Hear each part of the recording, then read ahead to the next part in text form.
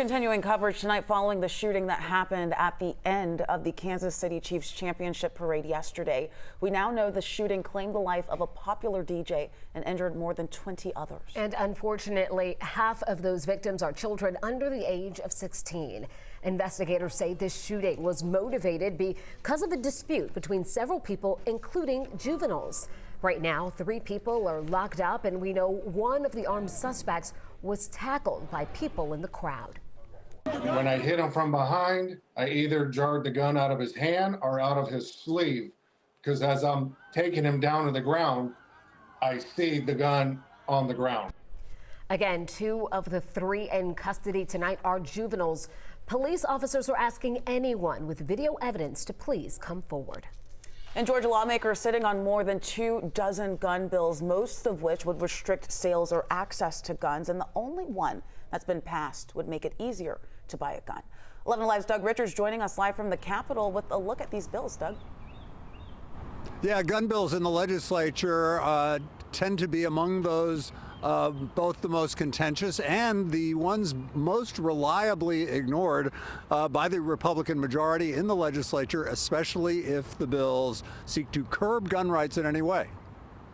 I'm very hopeful that it'll do better than last year. When this year's legislative session opened last month, a quiet group of sign-holding activists established a long-term presence in the Capitol to lobby for a bill that would require gun owners with children to store their guns in locked boxes. Claudia Fruin is a pediatrician. To me, the way I explain and try and look at it, it's no different than requiring seatbelt laws or helmet laws or fences around pools laws. It's absolutely no different. It's not infringing on anyone's Second Amendment right. As mentioned, I'm a gun owner myself. That bill is one of some 30 gun bills introduced and mostly ignored during the legislative session. The vast majority introduced by Democrats. Most of these bills haven't even had a hearing in the Republican-led legislature. We're finding no matter what law we put on the book, it's not going to stop the person with evil on their mind.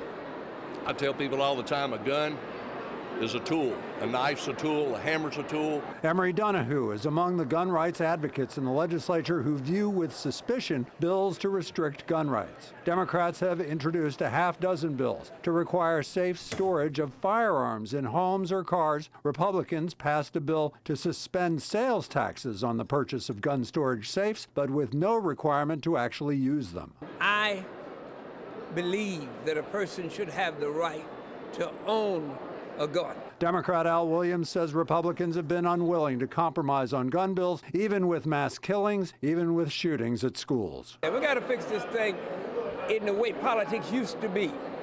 You give up something, I give up something, in the middle we meet and agree to something. That's how it used to be. Now everybody locks in their heels and says it's my way or the highway.